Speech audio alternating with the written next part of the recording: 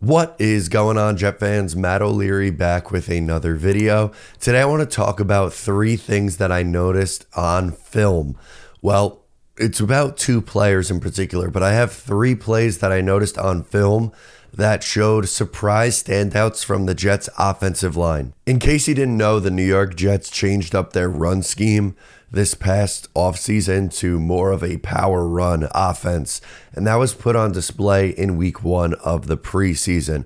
They went from more of a outside zone team, especially in the Mike LaFleur era, and last year with Nathaniel Hackett, their offense was a little bit more of that as well, but now they are a power running team, and that was really put on display, at least I thought, in the first preseason game. The first play where I noticed this was Xavier Newman pulling to set up on a Braylon Allen run.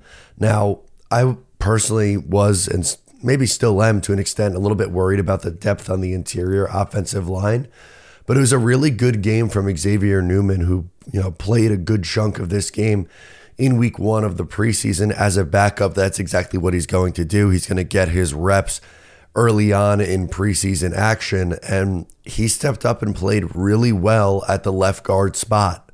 Another example of this was him out blocking in space, was just completely dominant out at the second level, and that is something that I think is going to be an upgrade for the New York Jets, especially in the run game.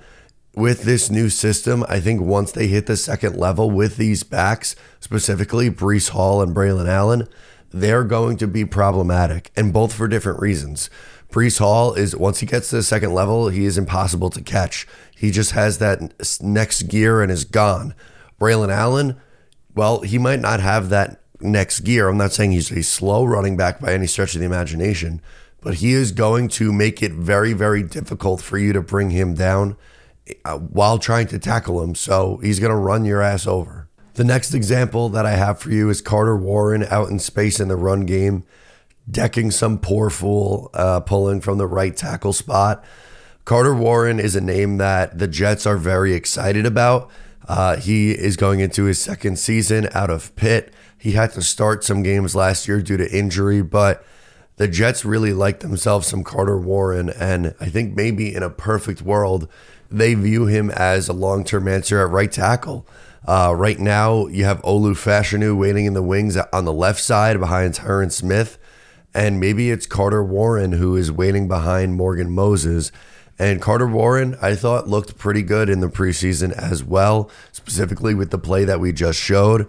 Obviously, this year, hopefully he doesn't have to play that much, meaning that, that there's not as much injuries to the offensive line as we saw a year ago. But still, the moral of the story, the Jets have depth that they are developing behind on the offensive line right now, and Carter Warren absolutely is one of those guys. So Carter Warren and Xavier Newman standing out on the offensive line.